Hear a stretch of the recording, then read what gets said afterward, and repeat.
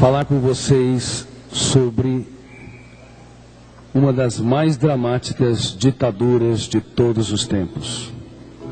E gostaria de convidá-los para fazer uma viagem para o mundo fantástico da mente humana e compreender um conflito que tem atingido centenas de milhões de pessoas no mundo, em especial mulheres e adolescentes. Vou falar sobre o conteúdo do meu novo livro, A Ditadura da Beleza e a Revolução das Mulheres.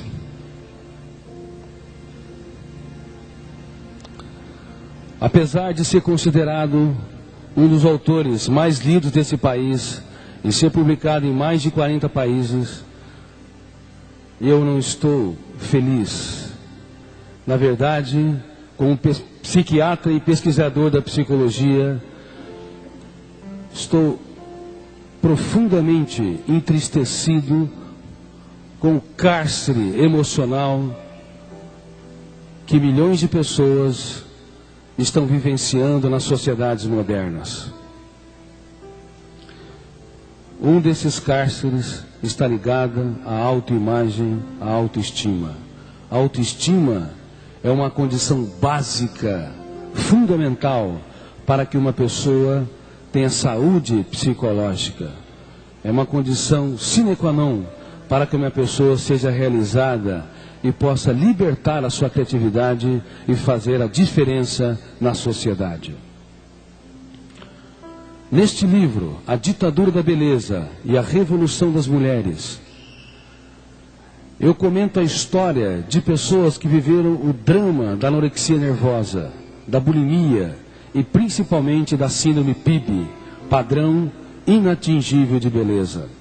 A história começa com uma top model, uma modelo internacional, extremamente famosa e requisitada, que fez cirurgia plástica e após a cirurgia, após tirar os curativos, ela queria matar o cirurgião plástico.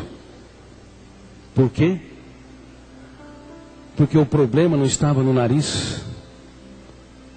O seu nariz, ele tinha uma beleza estética agradável, mas um defeito tornou-se para ela um monstro no inconsciente.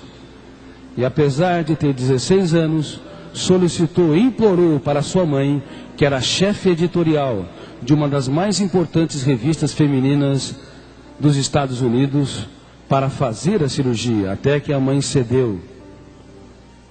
E uma vez realizada a operação, ela entrou numa crise mais profunda, porque não fez uma cirurgia na sua emoção, porque na emoção não é possível resolver os conflitos no golpe de um bisturi. Uma pessoa que não se ama, que não se valoriza, que não se enxerga como ser humano único no teatro da existência, não adianta corrigir o corpo, que sempre vai ser uma pessoa frustrada, angustiada, ansiosa. E essa jovem modelo tentou tirar a sua vida. A sua mãe escrevia como chefe editorial, coordenando um batalhão de jornalistas, escrevia na sua revista uma série de artigos, de textos sobre autoestima, sobre felicidade e qualidade de vida. Mas a sua filha, que vivia todos os dias com ela, era uma pessoa infeliz. E embora estivesse sob os holofotes da mídia, aclamada pela imprensa mundial, lá dentro vivia o mais dramático deserto. Aliás, muitas pessoas vivem atrás da fama e da paranoia de ser celebridade e se esquece que as coisas mais importantes da vida se escondem nas coisas mais simples da existência. Eu tive a oportunidade de tratar pessoas milionárias nesse país. Vi muitos miseráveis morando em palácios, porque perderam a sua capacidade de contemplar o belo, de fazer das pequenas coisas um espetáculo aos seus olhos.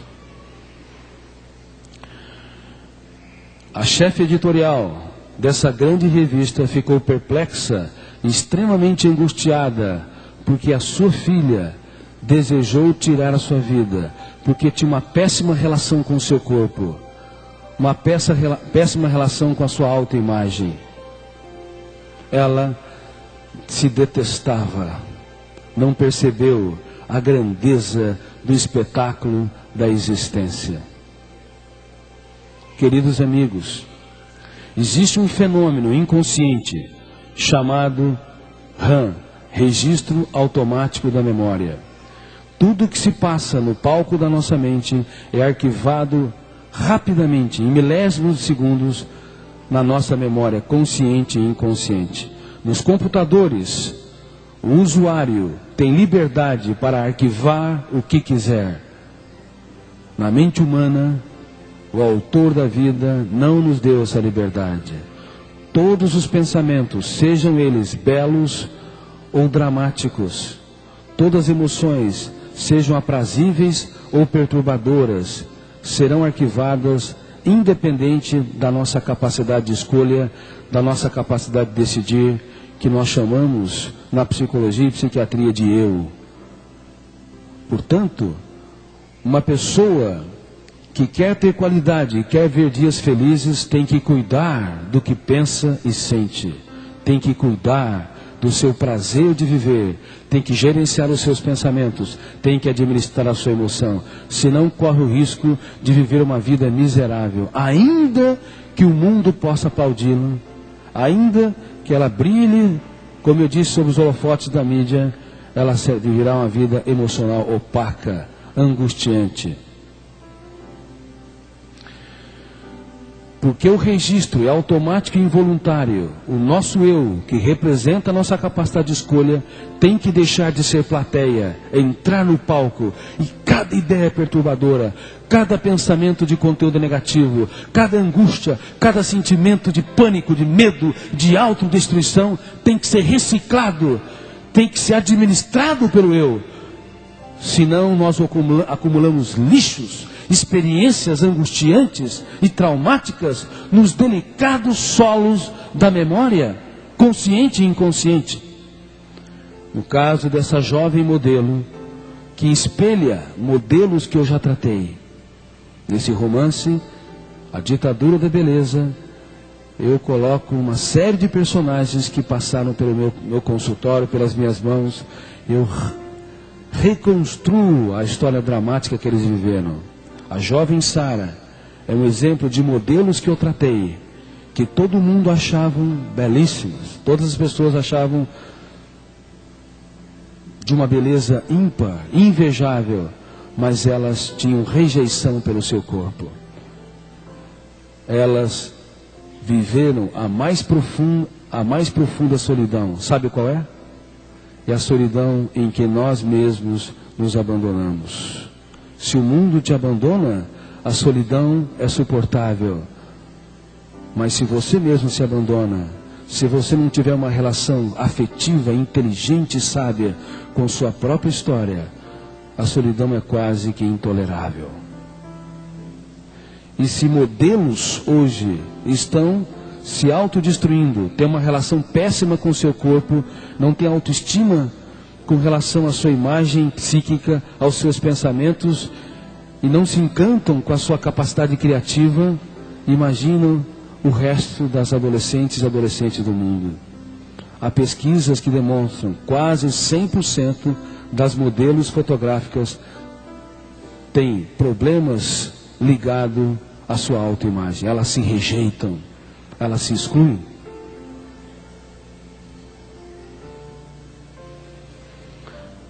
Nós temos que perceber que qualquer padrão que nós introduzimos para estabelecer um estereótipo, um modelo do que é ser belo, do que é ser feliz, do que é ter uma autoimagem agradável, causa um desastre no inconsciente. Vivemos em sociedades democráticas e não percebemos que nessas sociedades livres, onde eu tenho liberdade para ir e vir, liberdade para expressar as minhas ideias, está havendo um cárcere no inconsciente. porque as revistas, em especial as revistas femininas, os programas de televisão, as novelas, o cinema de Hollywood, coloca como protótipo de beleza modelos magras, esquálidas, desnutridas e doentes pelo padrão da medicina. Mas elas são arquivadas automática e involuntariamente pelo fenômeno RAM, registro automático da memória. Quando uma mulher vê a foto de uma modelo e percebe que o seu corpo não está idêntico ao dela, arquivou de maneira ansiosa no inconsciente essa imagem. E depois de várias centenas de imagens arquivadas, forma-se um conflito no inconsciente que eu chamo de janela killer. O que quer dizer killer no inglês? Assassino. Uma janela killer é uma zona do inconsciente. Quando você entra, o volume de tensão, de ansiedade é tão grande que assassina a nossa lucidez, a nossa tranquilidade, a nossa serenidade.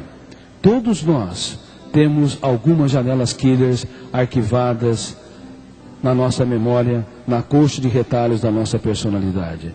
É por isso que muitas vezes nós ferimos quem mais amamos. Quantas vezes devemos abraçar os nossos filhos e nós reagimos estupidamente diante de um erro deles? Quantas vezes precisávamos dar o ombro para um amigo que errou e nós apontamos falhas? Somos ótimos para criticar, condenar, excluir. Quantas vezes precisamos beijar uma pessoa que está triste e nós damos conselhos superficiais para elas? Quantas vezes reagimos sem pensar, por instinto? Todos nós temos janelas killers, temos zonas de conflito. E com respeito à ditadura da beleza, está se formando no inconsciente de centenas de milhões de mulheres, adultas e adolescentes, e também de jovens, de garotos, de rapazes, um padrão doentio do que é ser belo, do que é ser uma pessoa que tem elevada autoestima, que é feliz e realizada consigo mesmo. Quantas vezes vocês, jovens, deveriam se abraçar, mas se rejeitam, se excluem, veem defeitos que não existem?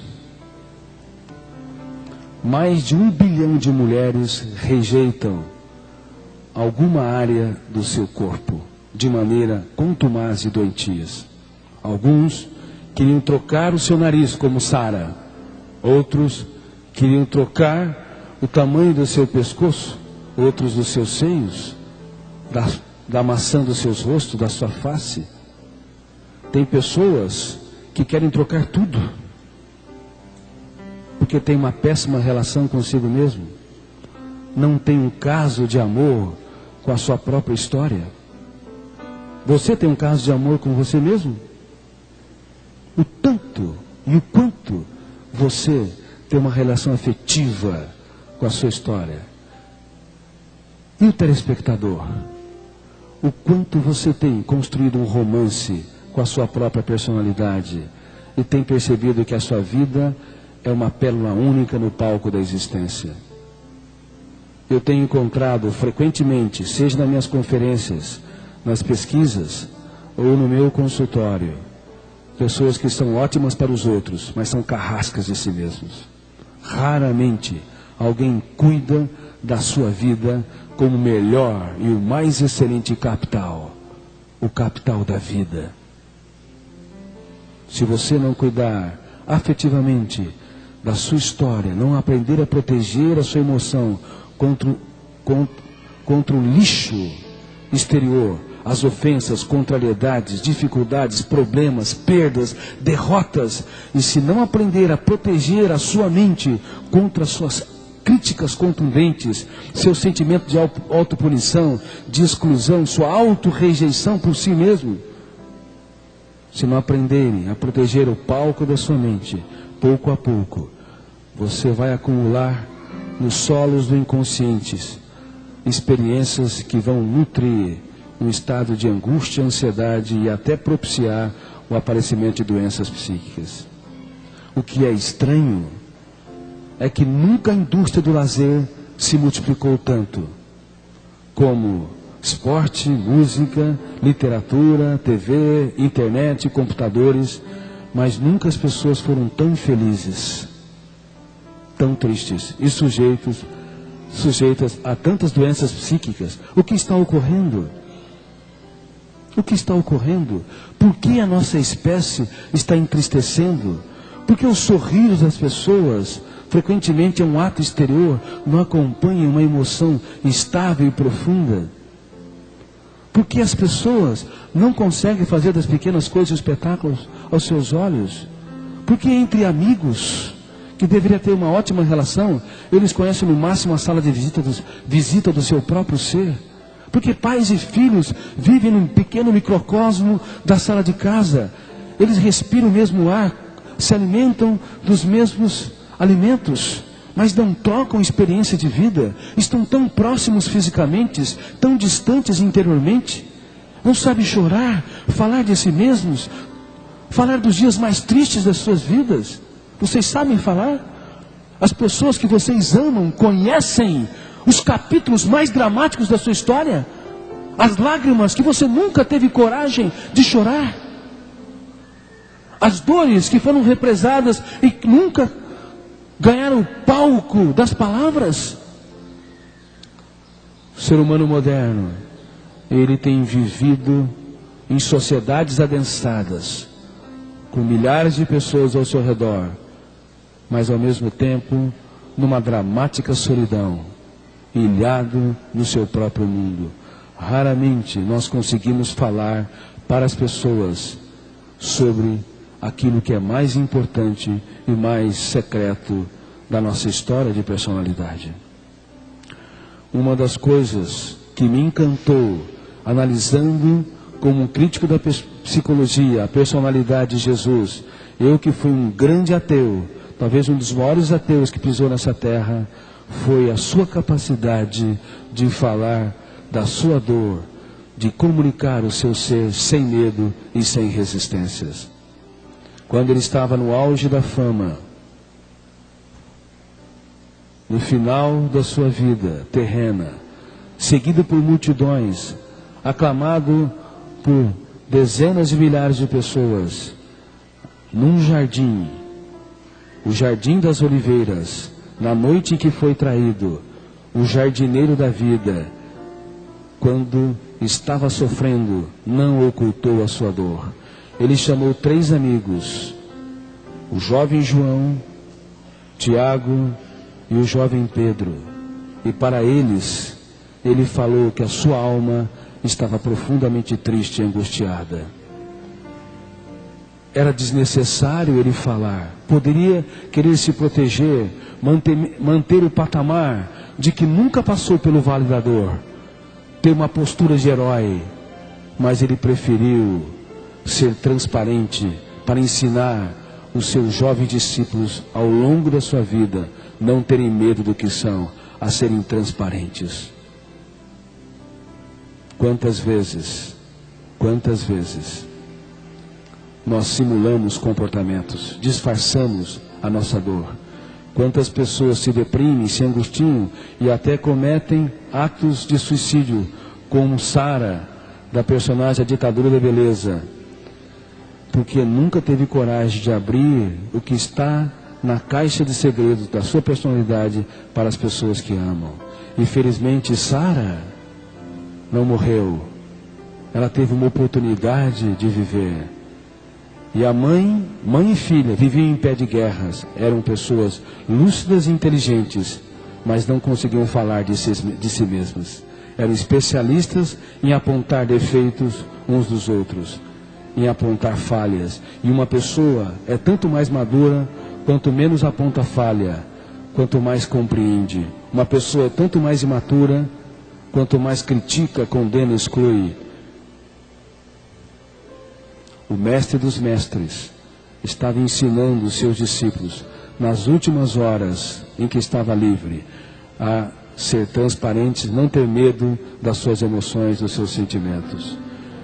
E ao mesmo tempo em que ele declarou sua dor, o seu coração estava ofegante e taquicárdico. Os seus pulmões aumentaram a frequência respiratória. Bilhões de células clamavam para que ele fugisse daquela situação de risco, porque em seguida iria ser preso,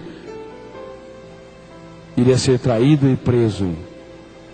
Mas ele permaneceu ali. Note quando uma pessoa sofre um acidente, o coração acelera, aumenta a frequência respiratória para que a pessoa fuja daquela situação de risco. Ou quando ele sabe que tem um ladrão que está aproximando-se da sua casa, no quintal da sua casa, também uma série de mecanismos psicossomáticos atuam no corpo. Quanto mais o coração aumenta a frequência respiratória, mais energia as células musculares vão ter. Quanto mais os pulmões respiram, mais aumenta a frequência respiratória, mais oxigênio para fugir da situação de risco. Fugir de um possível sequestro, de um possível roubo, assalto. Lá estava o mestre dos mestres. Todas as células do seu corpo pediam para que ele fugisse, mas ele aprendeu a enfrentar com inteligência a sua dor. Os discípulos viram aqueles sintomas psicossomáticos e apenas um autor de um evangelho, que era médico, o Dr. Lucas, descreveu que ele teve um fenômeno raríssimo na medicina, suor sanguinolento ou hematidrose. Rompeu-se os poros nos extremos do estresse que ele vivenciou. Somente quando uma pessoa está profundamente estressada, ela é capaz de romper os poros e hemácias, células sanguíneas, passam para o suor. E ele não teve vergonha dos seus sintomas psicossomáticos, deixou os seus discípulos verem o seu drama, porque ele era transparente, ele era um navegante nas águas do seu próprio ser. Queria produzir pessoas honestas, verdadeiras, fiéis à sua consciência, que fossem transformados de dentro para fora e se tornassem pensadores que levassem a sua mensagem para o mundo e revolucionasse a história da humanidade. Alguém que não entra em contato com a sua realidade vai repetir os mesmos erros a vida toda. Sabe aquelas pessoas que sempre mantêm aquelas características doentias, que nunca mudam seus comportamentos? É porque elas têm medo de entrar em contato com a sua realidade, descobrir que não são heróis, descobrir que são seres humanos sujeitos a fragilidades, sujeitos a dores e ansiedades. Uma pessoa que transforma a sua personalidade, que trabalha suas angústias, sua impulsividade, sua irritabilidade, sua insegurança, seus medos, sua timidez, é uma pessoa que é honesta consigo mesmo, que mergulha nas áreas mais íntimas do seu ser e dá um salto qualitativo ao longo da sua história. Assim como diamantes que são lapidados pelas dores e frustrações, eles produzem a mais bela joia, uma joia única no teatro da existência. Algumas características de personalidade suas são quase que imutáveis, porque talvez você nunca penetrou profundamente nelas para poder reescrevê-las ao longo da sua trajetória existencial. Os discípulos, quando viram Jesus suando sangue e taquicárdico e ofegante, ao invés deles o abraçarem e estarem naquele momento onde a única vez, onde pela primeira vez ele pediu um apoio, um ombro para chorar, fiquem comigo, porque a minha alma está profundamente triste. A única vez que ele pediu algo para os discípulos, eles falharam. Eles dormiram devido ao intenso estresse que se envolveram. Quando uma pessoa está profundamente fatigada e estressada, ela rouba energia do córtex cerebral e ela pode adormecer, ela pode estar sonolenta com uma atitude de fuga, de preservação, do enfrentamento da situação dramática. Então eles dormiram e ele ficou só. E ele clamava ao seu pai: Pai, afasta de mim esse cálice. Eu sei que ele é dramático. Eu sei que todas as células do meu corpo me impelem para dizer isso. Mas eu vou contra essas bilhões de células. Faça a tua vontade e não a minha vontade. Nunca alguém na história foi tão transparente por amor à humanidade.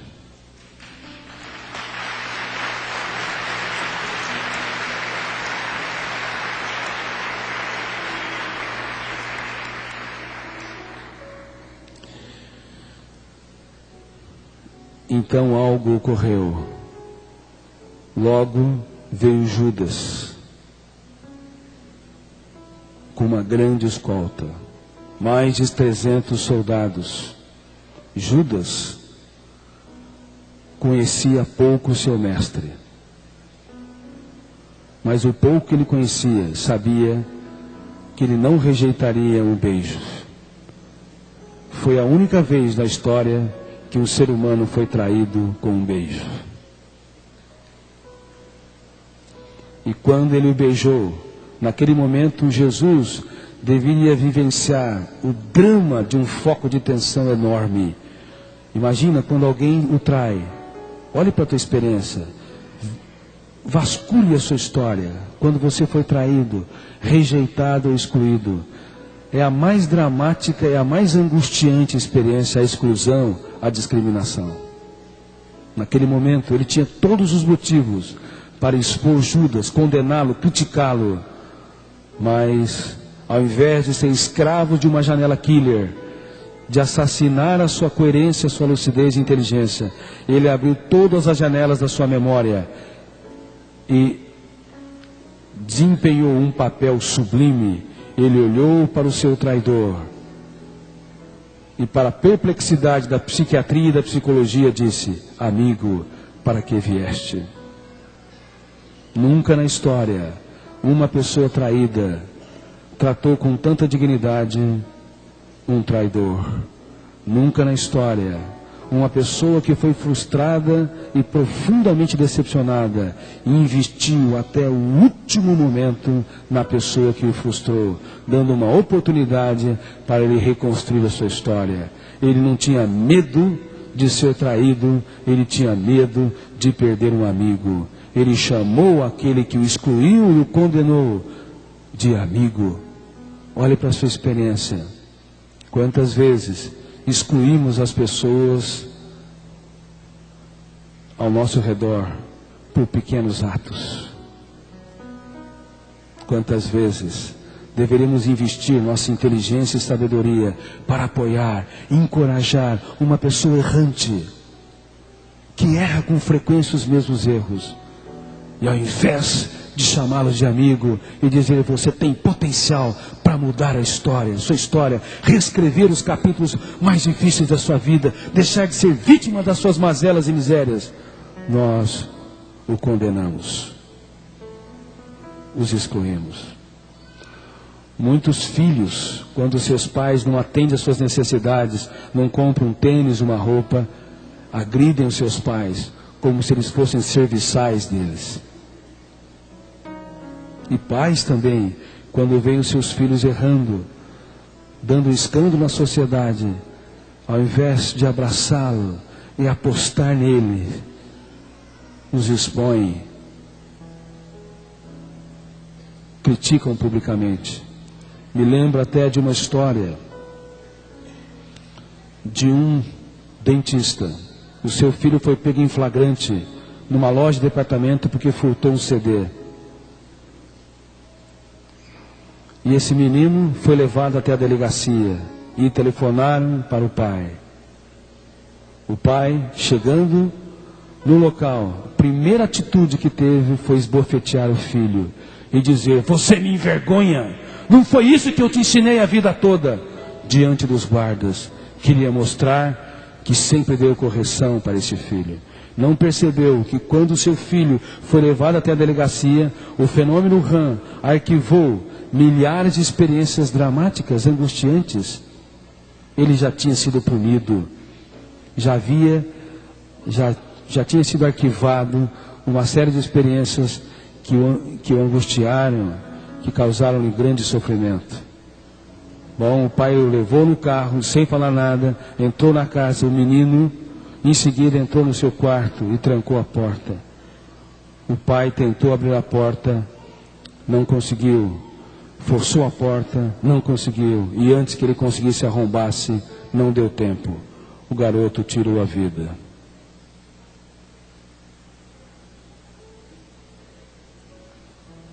E há uma outra história de uma jovem que furtou algo quando tinha 8 anos de idade. E esse pai conhecia o teatro da mente humana, desenvolveu a arte da sensibilidade e a capacidade de se colocar no lugar dos outros. E se espelhou na psicologia do mestre dos mestres, que investiu tudo que tinha naqueles que nada tinham. Quando chamaram o pai, que a filha furtou algo numa loja, a filha estava em desespero. A primeira atitude do pai foi de abraçar. E disse para ela quando chegou em casa: filha, eu não tenho medo que você se torne uma ladra. Eu tenho medo de te perder. Você é mais importante que todo o ouro do mundo. Eu vou dar 10 vezes mais do que você furtou. E era pouca coisa. Para mostrar para você que eu corro todos os riscos do mundo para revelar que você é insubstituível para mim. Eu acredito que você vai se tornar uma pessoa inteligente, honesta e vai brilhar na sociedade. Passado mais de 8 anos, com 15 anos de idade, a filha abraçou o pai e falou: papai, eu nunca me esqueci que num dos momentos mais difíceis da minha vida, você apostou tudo que tinha em mim. Mostrou que o problema não era dinheiro, o problema era o meu caráter, a minha personalidade. Eles se tornaram 2 grandes amigos e hoje essa jovem está brilhando na faculdade, porque houve alguém que não a condenou no momento tão difícil.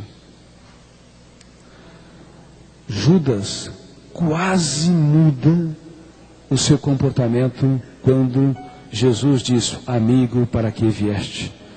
Ele desenvolveu um sentimento de culpa, jogou as moedas aos pés dos fariseus e sacerdotes, mas infelizmente não abriu as janelas que continham as lições do seu mestre. Ele foi escravo da janela killer e o sentimento de culpa encarcerou o seu eu e ele desistiu da sua vida. Mas não era para fazer isto. Queridos amigos, na verdade, saibam que quando uma pessoa pensa em tirar a vida, ela não quer se matar. Hoje, na psiquiatria moderna, nós mudamos a nossa mente. Qualquer pessoa que pensa em suicidar-se tem fome e sede de viver. O que ela quer matar? Quer matar a dor, a angústia, a ansiedade, e não matar a existência. Só de ajudarmos alguém com essas ideias, com esse conhecimento, mostrando que no fundo ela tem fome e sede de viver, essa pessoa nunca mais será a mesma. E neste livro, A Ditadura da Beleza, que começa com alguém que era belíssima como top model, mas que rejeitava o seu corpo, rejeitava a vida, tinha uma péssima relação consigo mesmo, mas felizmente os remédios que a tomaram não bloquearam a respiração, e ela teve uma segunda oportunidade e foi tratada por um psiquiatra a perceber que beleza está nos olhos de quem interpreta. Cada ser humano é lindo, belo, tem uma beleza particular. E ela entendeu através do personagem Marco Polo, que era um psiquiatra que amava a filosofia e que estimulava os seus pacientes a fazer um mergulho interior e uma revisão da sua história de vida. Ela então começou a criticar os seus paradigmas, os seus modelos doentios de existência, dar menos valor para a estética, para o conteúdo e muito mais valor para a sua inteligência, sua capacidade crítica de pensar, sua sensibilidade, sua sabedoria. E nós vivemos numa sociedade doente e superficial, que dá muito mais valor para a estética, muito mais valor para a embalagem do que para a essência. Olhe para quem está do seu lado e fala: você é uma pessoa linda, maravilhosa. E eu gostaria que os telespectadores também olhassem para quem está do seu lado e dissessem: você é uma pessoa encantadora, maravilhosa. E repitam comigo, por favor: beleza está nos olhos de quem interpreta. Tenha um caso de amor consigo mesmo. Jamais sejam escravas do padrão doentio de beleza preconizado pela mídia. Quando nas propagandas uma modelo magérrima, esquálida, vende um produto como um celular, uma joia, cervejas e outros produtos, não apenas é registrado o produto, mas a modelo magérrima. E isso vai provocando no inconsciente mensagens subliminares. Muitos homens acabam partindo por um consumismo doentio, erótico, por causa dessas imagens no seu portfólio inconsciente. E as mulheres acabam também entrando numa paranoia do consumismo pelo desejo inconsciente subliminar de identificação com a modelo que vende esses produtos. Isso é grave. No passado, as mensagens subliminares foram eliminadas das propagandas, porque para dar uma ideia de movimento, tem que passar-se 20 fotografias por segundos. E introduzia uma marca de um refrigerante lá numa fotografia que ninguém percebia quando estava no cinema. E quando eles saíam, eles tinham vontade de tomar aquele tipo de refrigerante. As mensagens subliminares controlavam a capacidade de decidir, e foi abolido. E hoje, nessas sociedades democráticas, não se percebe que as mensagens subliminares adquiriram outra roupagem. Ao invés de se colocar a inteligência, a criatividade, a sensibilidade e a sabedoria da mulher para vender produtos e serviços, se coloca o seu corpo magérrimo, esquálido. Na verdade, coloca-se a exceção genética. Essas modelos representam 0,01% em relação às demais mulheres. Uma em 10 mil, em 100 mil. E o que acontece? As demais mulheres, centenas de milhões delas, querem se identificar com a exceção genética, gerando um desastre no inconsciente.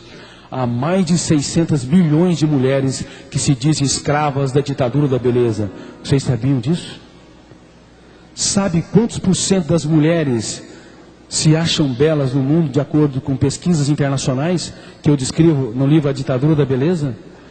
2% delas. 98% tem problemas com seu corpo, não se veem como belas. Isso é um drama sem precedente. Nesse exato momento, as jovens pensando em desistir da vida, há adolescentes querendo fazer cirurgias plásticas sem necessidades, e há pessoas vivendo paranoicamente a necessidade compulsiva de um regime e estão com o corpo razoavelmente bem. Claro que quando necessário tem que se fazer regime. Uma pessoa que quer fazer cirurgia plástica, se tiver condições, desejo de fazer, que faça, ou qualquer outro procedimento estético, mas nunca se deve esquecer que beleza está nos olhos de quem vê. Não há cirurgia plástica no território da emoção. Nós temos que trabalhar perdas e frustrações, temos que crescer em sabedoria, temos que superar as nossas dificuldades, temos que aprender a proteger a nossa emoção, se encantar com a vida, fazer das pequenas coisas um espetáculo aos nossos olhos. Isso plástica jamais resolverá. Vocês sabiam que para ser uma modelo, elas têm que ter cerca de 20 quilos a menos pelo padrão de estatura? Se uma pessoa mede 1,70 m, ela só pode ser aceita se tiver 50 quilos ou menos. para os padrões de medicina, isso é uma desnutrição grave e doentia. 20% das modelos desenvolvem anorexia nervosa, não poucas suicidam, se deprimem, se angustiam. E são essas mulheres com um padrão doentio que estão estabelecendo o estereótipo, um modelo de autoestima e felicidade no mundo. Uma das personagens do livro A Ditadura da Beleza e a Revolução das Mulheres é uma jovem que tinha anorexia nervosa. Sabe o que é anorexia nervosa? É um estado de sofrimento tão grande. As imagens registradas no arquivo inconsciente geram um controle do eu e da capacidade de decidir que faz com que elas bloqueiem o apetite. Mesmo diante de uma mesa farta, elas não comem e morrem pouco a pouco de fome. Fazer regime de maneira espontânea não é fácil. Controlar o apetite é fácil? Não é fácil, porque o instinto da fome preserva a vida. Reis, quando viveram um tempo de guerras e perderam seus tronos, comeram lixos para tentar sobreviver. Porque não é fácil controlar o instinto da fome. Mas por incrível que pareça, há uma doença chamada anorexia nervosa. Essas adolescentes vão arquivando a imagem de Barbies e outras bonecas que têm uma estrutura perfeita de anatomia, doente. Vão arquivando aquelas diretoras de programas infantis, também no seu inconsciente, arquivando as modelos que vendem produtos e serviços e estabelecendo uma imagem altamente devastadora que encarcera a psique, bloqueando o que é imbloqueável espontaneamente, bloqueando o apetite. Sabe quantas pessoas nesse país têm anorexia nervosa? Pasmem, cerca de 1.800.000 pessoas. No mundo, mais de 50 milhões. Elas estão magras, como os famintos da África, pele e osso. Me lembro de uma jovem que pesava 28 quilos e tinha 1,65 m. Você só via pele e osso.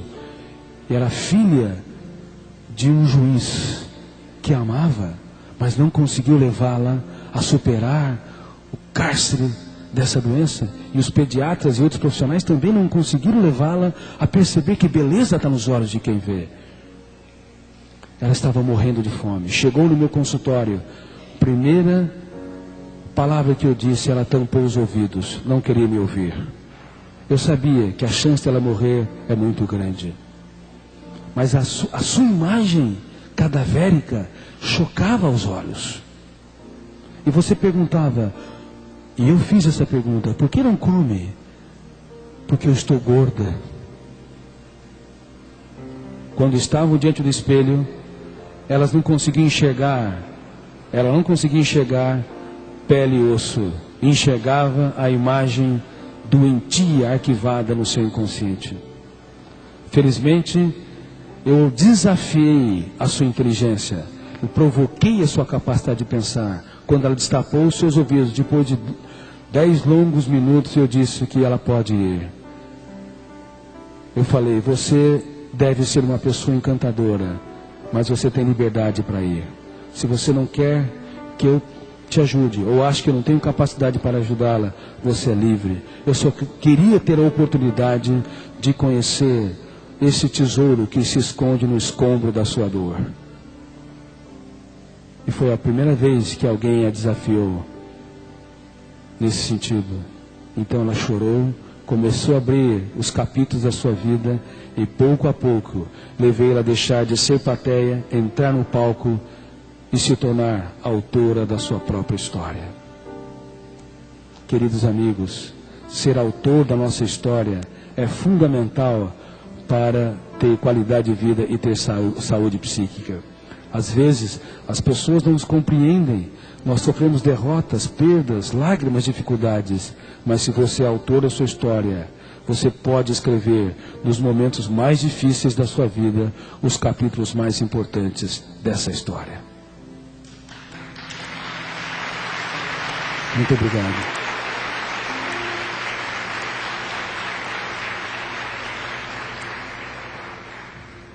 Não há gigantes, não há heróis.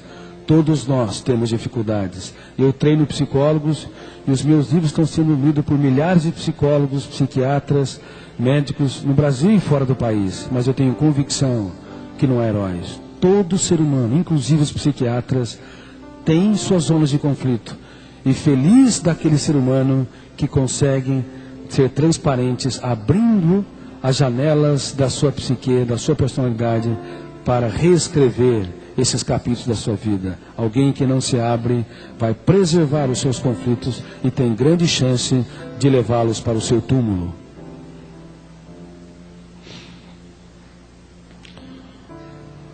Nós precisamos causar uma revolução contra a ditadura da beleza. E vocês, mulheres, vou lhes pedir, aquelas que tiveram oportunidade de ler os livros, o livro A Ditadura da Beleza, e se encantarem com ele, ter palestras para os jovens, para os adolescentes, oriente os seus amigos, para que eles se libertem dessa ditadura dramática do inconsciente.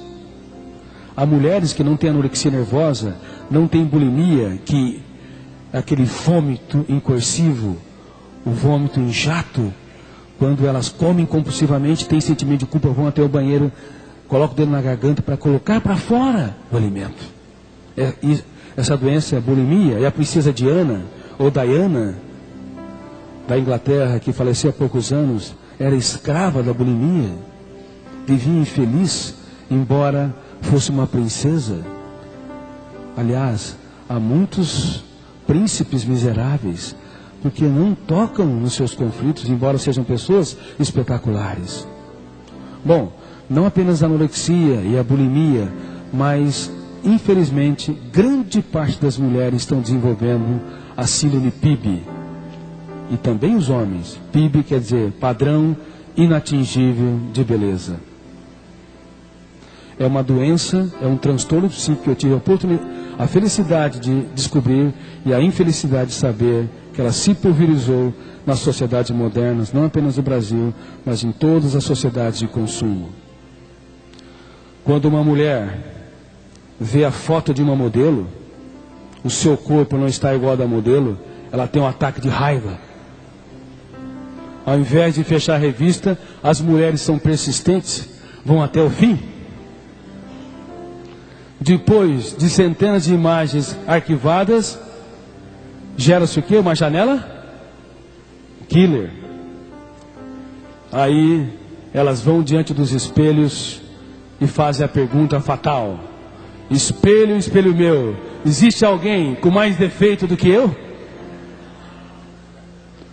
Porque está arquivado um modelo doentio. E tem mulheres que estão assassinando seus romances, porque elas fazem propaganda daquilo que consideram defeitos.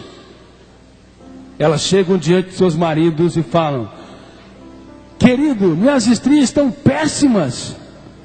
Mas para os maridos as estrias são tão belas como o mapa do Pantanal. Outras têm a coragem de fazer propaganda do seu culote. Meu bem, meu culote está péssimo. Para o marido, coitado, nem existe culote, nem sabe o que é culote. Você está dando calote, mulher? Mas o que eles não viam antes, passam a ver. E o fenômeno RAM, registro automático da memória, arquiva no inconsciente uma janela, killer. Assim, muitos casais acabam destruindo a relação, a afetividade, a serenidade, porque eles fazem propaganda dos seus defeitos físicos e dos seus defeitos psíquicos. Eles acabam criando uma série de janelas doentias no inconsciente e perdendo a sensibilidade. Nós precisamos fazer propaganda daquilo que financia a autoestima. O mestre dos mestres, Jesus, ele valorizava o ser humano que erra e não o erro do ser humano. Um dia trouxeram uma mulher pega em flagrante adultério até sua sala de aula, e ela estava toda esfolada, e os carrascos, os seus jogadores, arrancaram do seu leito, e sem se importar com sua história, com as suas lágrimas, com os seus sonhos, com os motivos daquele adultério, eles queriam apedrejá-la em praça pública e queriam usá-la como isca para destruir esse intrigante homem Jesus, que falava da psicologia do amor, que falava da serenidade, de apostar no outro, de se doar sem esperar a contrapartida do retorno. E ela veio esfolada, sangrando.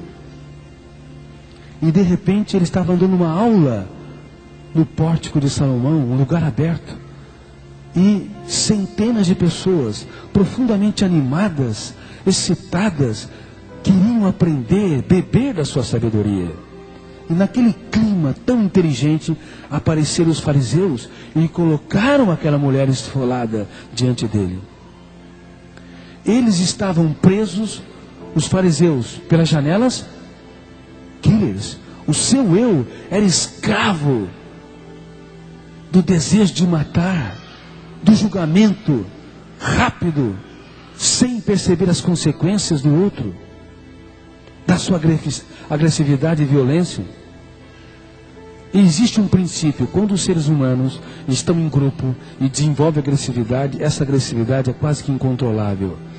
Por isso que nos estádios, quando há violência, um atrito começa a gerar outro atrito, as pessoas perdem a racionalidade.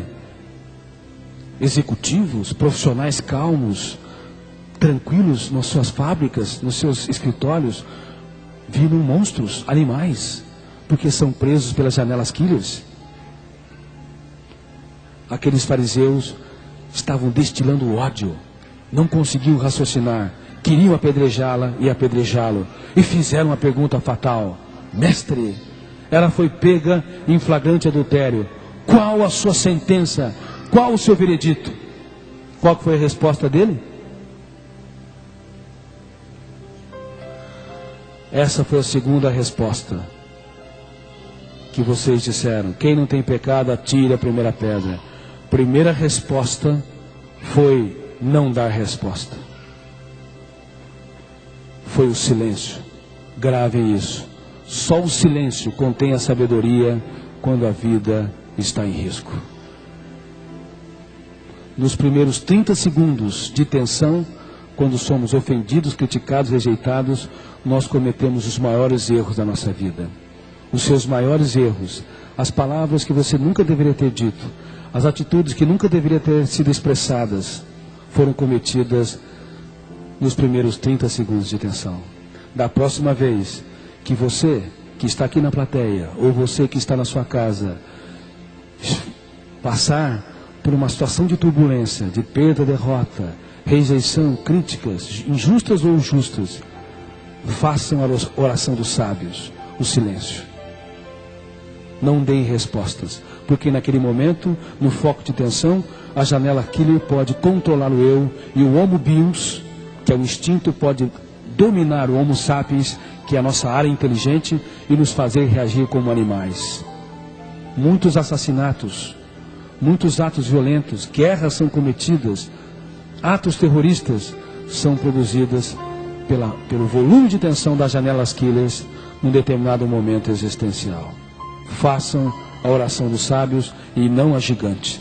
Se o mestre dos mestres optou pelo silêncio, quem somos nós para dar resposta sem pensar? E nós somos especialistas nisso. Damos resposta sem pensar. Somos ótimos para reagir. Agredimos quem nos agride, porque somos frágeis. Uma pessoa madura não rebate com agressividade. Uma pessoa madura viaja para dentro do seu próprio ser e procura, no silêncio, encontrar as mais brilhantes respostas. Jesus escrevia na areia, pois que escrevia no território da sua alma. Devia estar escrevendo: que homens são estes que não têm coragem para olhar para os seus erros, mas têm coragem para julgar esta mulher. Que homens são esses que elegem as falhas, as derrotas, mas não sabem valorizar a vida? No segundo momento, eles novamente inquiriram uma resposta à sentença. E com uma sabedoria ímpar, ele levantou-se, olhou para aqueles linchadores e falou: mate-a, porém tenham coragem de mudar a base do julgamento. Em outras palavras, quem não tem pecado, quem não tem erros e falhas, atire a primeira pedra. Vocês querem assassiná-la? Primeiro, olhem para dentro de vocês, sejam transparentes. Olhem para tudo que vocês fizeram ao longo da vida e depois apedrejem-la, traumatizam-la, cumpram a sentença vocês. Que ousadia, que inteligência! Ele levou aqueles homens encarcerados pelas janelas quilhas para um mergulho mais fantástico do interior. É sempre assim. Quer fazer uma pessoa pensar quando ela está tensa? Quer fazer uma pessoa refletir quando está reagindo irracionalmente? Uma pessoa a ter serenidade quando está agindo com brutalidade? Surpreenda. Primeiro faça um silêncio, depois surpreenda. Dê respostas que ela não espera. Elogiem, valorizem, remetas para as áreas mais íntimas do seu próprio ser. O fato de estar falando para vocês sobre a construção de pensamentos de maneira simples, uma linguagem acessível, estou mostrando a última fronteira da ciência, o mundo onde nascem as ideias.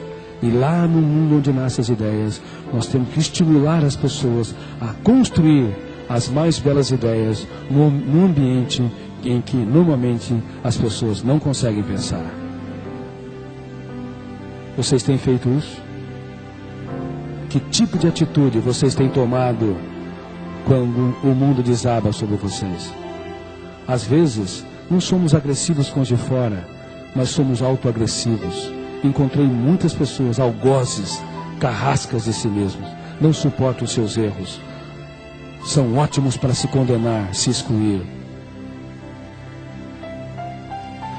Quando o mestre dos mestres falou para aqueles homens mergulharem dentro de si, eles então saíram da região pontiforme das janelas quilhas, abriram outras janelas e o eu voltou a pensar. Eles se colocaram no lugar delas, daquela mulher adulta, e saíram de cena, um por um.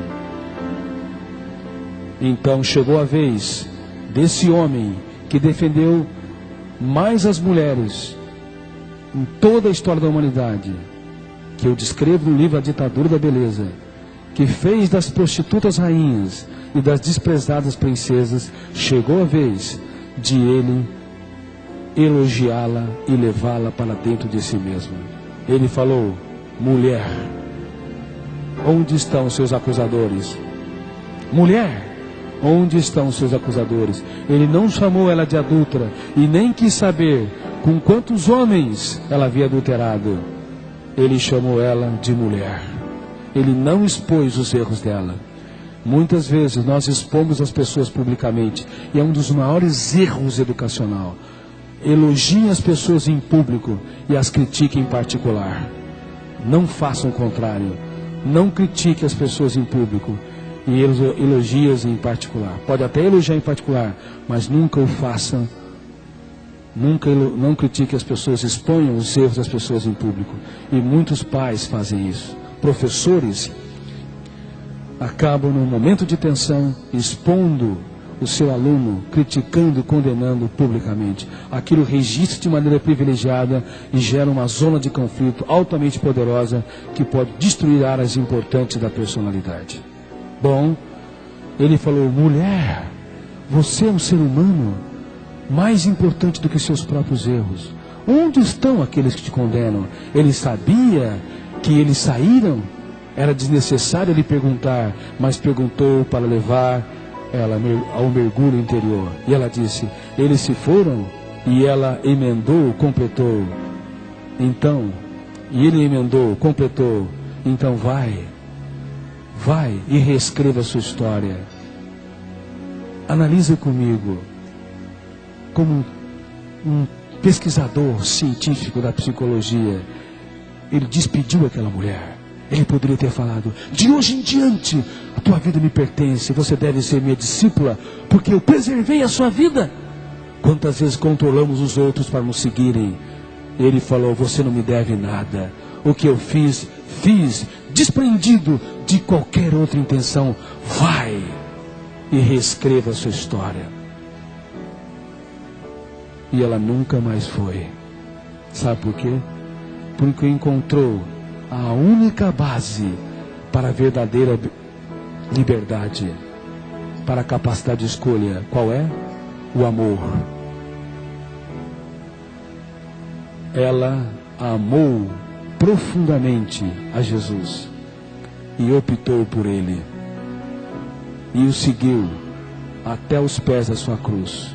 Mesmo quando o seu corpo tremulava e ele morria, ela estava lá chorando, se doando por ele. Quem é essa mulher? Provavelmente é Maria Madalena. Queridos amigos, se querem conquistar as pessoas, levá-las a resgatar a autoestima e corrigir rotas, vocês têm que romper o cárcere do tédio, o cárcere da rotina, e se tornarem empreendedores, seres humanos que encantam as pessoas ao seu redor. Gravem isso: cada pessoa tem um tesouro escondido nos escombros dos seus fracassos, das suas derrotas, das suas perdas, porque cada ser humano é um ser humano único no palco da existência, e cada um, mesmo que viva no anonimato, é uma estrela viva que deve encontrar o seu brilho e irrigar o seu brilho. Este homem Jesus correu todos os riscos pelas mulheres, valorizando-as como seres humanos únicos numa sociedade em que elas foram frequentemente desprezadas. Aliás, eu quero dizer para vocês, em toda a história da humanidade, os homens cometeram atrocidades contra as mulheres. Não há relatos na história de mulheres torturando homens, apedrejando homens, queimando homens, mas há relatos em toda a história da humanidade de homens cometendo as mais dramáticas injustiças contra as mulheres. E as mulheres têm uma sensibilidade, uma afetividade, uma riqueza emocional e uma sabedoria mais profunda que os homens.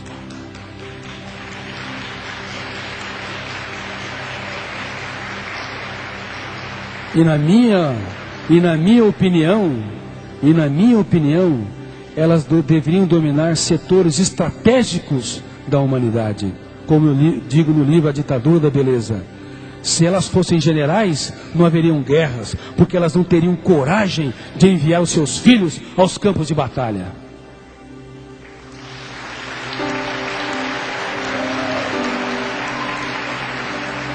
Enquanto os homens por muito pouco os enviam. Por isso, queridas mulheres, façam essa revolução onde vocês estiverem. Beleza está nos olhos de quem interpreta. Reciclem esse padrão doentio que está no seu inconsciente. Nunca mais faça uma guerra diante dos espelhos. Há milhões de mulheres que gastam 2, 3, 4 horas diante dos espelhos. E não apenas mulheres, também homens, porque são escravas de um padrão doentio, esquálido, tirânico de beleza. E eu gostaria que vocês, mulheres, olhassem para a vida, olhassem para o seu cônjuge e até para o seu namorado e reeditasse as janelas killers que você plantou neles e também que você arquivou ao longo de suas vidas. Olhem nos seus olhos. Olhem nos olhos deles. E se eles estiverem aqui, olhem para ele agora. E você, telespectador, se estiver diante do seu marido ou do seu namorado na sua sala de casa, olhe nos olhos dele e repitam essas palavras como se fosse sua filosofia, seu norte, sua poesia existencial com respeito à autoimagem.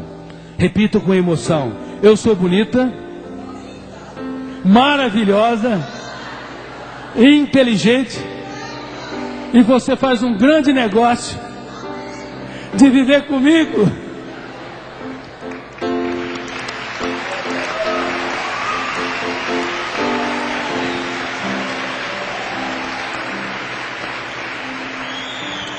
Sem as mulheres, o nosso céu não teria estrelas, nossas manhãs não teriam orvalhos. Sem as mulheres, a alma masculina não teria sabedoria, a nossa inteligência não teria criatividade.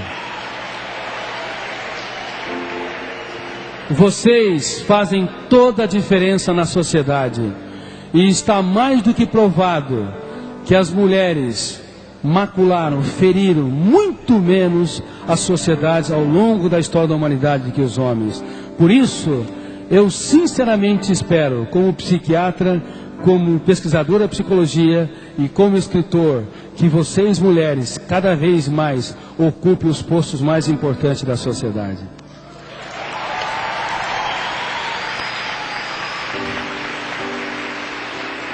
Ocupem os postos, as profissões, e já está ocorrendo nas universidades. As mulheres estão conseguindo cada vez mais passar em concursos concursos complexos.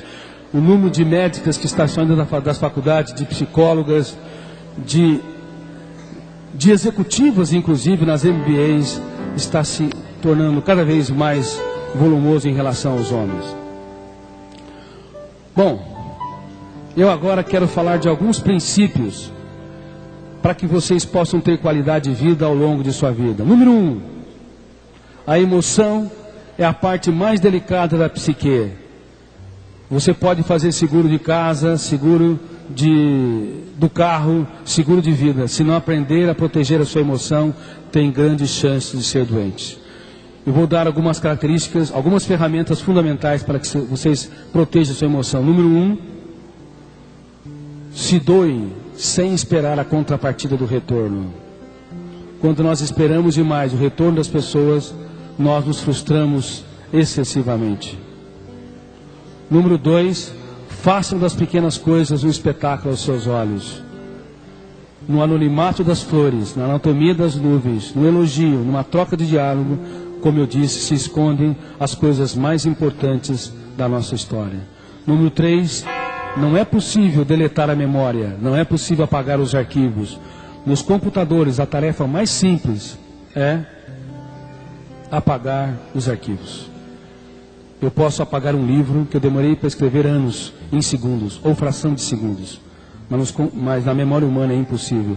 Tudo que está arquivado, todas as zonas de conflito, todos os pensamentos perturbadores fazem parte da sua história de personalidade e não é possível mais apagá-los. Então, duas estratégias importantes. Número 1, cada pensamento negativo, cada ideia perturbadora deve ser criticada, reciclada nos primeiros 5 segundos que elas aparecem. Senão é arquivada e não pode ser mais deletada. Sem ninguém estar ouvindo, no silêncio da sua mente, faça uma faxina no palco consciente da sua inteligência. Nunca mais tem um eu passivo. E eu dei uma conferência não faz muito tempo para inúmeras pessoas sobre qualidade de vida. Uma das pessoas levantou em público e disse: Dr. Cury, eu nem sabia que tinha um eu. Nem sabia que eu podia interferir, criticar e reciclar os meus pensamentos. Você pode e deve, porque senão ele é arquivado automaticamente pelo fenômeno RAM, registro automático da memória. Bom, e aquilo que está arquivado, o que nós fazemos? Não dá para deletar, mas dá para reeditar. Toda vez que você estiver tensa, ou diante de uma situação de medo, pânico, angústia, ansiedade, humor triste, o teu eu tem que desenvolver uma técnica. Uma delas tem que desenvolver técnica para resgatar a sua liderança. E uma delas é o DCD. Repita comigo: duvidar, criticar e determinar. Duvidar de cada pensamento negativo, duvidar de tudo aquilo que te controla, porque tudo aquilo que você crê te controla. Se você crê em experiências saudáveis, que você é uma pessoa querida, amada, que tem potencial intelectual, isso vai estimular a tua inteligência. Mas se você crê que é incapaz, que as pessoas não te amam, que você não é uma pessoa querida, que você não tem potencial para brilhar na sua profissão, isso também te controla. E tudo aquilo que te controla deve passar pelo crivo da arte da dúvida, porque a dúvida é o princípio da sabedoria na filosofia. Duvidem de tudo aquilo que te controla, no silêncio da sua mente, sem ninguém estar ouvindo. E critiquem cada pensamento perturbador, cada ideia angustiante. E critiquem também a passividade do eu, sem ninguém estar ouvindo, porque a crítica é o princípio da sabedoria na psicologia, assim como a dúvida é na filosofia. E a terceira técnica é a determinação. A arte da determinação é o princípio da sabedoria na área de recursos humanos. Determine ser alegres, felizes, conquistar as pessoas, se conquistar. Determine se conhecerem e fazer da sua vida uma experiência sublime, mesmo que você atravesse os vales das perdas e das frustrações. Então, quando você duvida, critica e determina, no palco da sua mente, o fenômeno vão vai arquivando essas experiências sublimes e, consequentemente, vai sobrepondo no locus das experiências doentias, nos locus das janelas killers, novas experiências. Assim é uma reedição do filme do inconsciente. Queridos amigos, se o eu, que representa a nossa capacidade de decidir, não fizer escolhas, a nossa vida se torna um caos. Aprendam a fazer escolhas e não tenham medo de sofrer perdas, porque todas as escolhas não apenas têm ganhos, também têm perdas. Se você quer conquistar uma pessoa difícil, você tem que perder o seu orgulho. Você tem que perder a sua rigidez, se abrir, falar de si, trocar experiência de vida e elogiar tal pessoa, ainda que erre com frequência.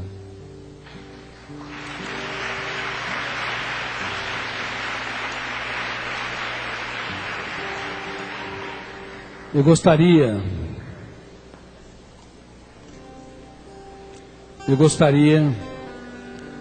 de terminar esse livro fazendo uma dedicatória a cada um de vocês. Desejo que você descubra que cada ser humano possui uma beleza física e psíquica original e particular. Aprenda diariamente a ter um caso de amor com a pessoa mais bela que existe, você. E desenvolva um romance com a sua própria história. E ninguém, literalmente ninguém, pode fazer isso por você. Nunca se compare a ninguém, pois cada um de nós é um personagem único no teatro da vida. Parabéns. Muito obrigado. Muito obrigado.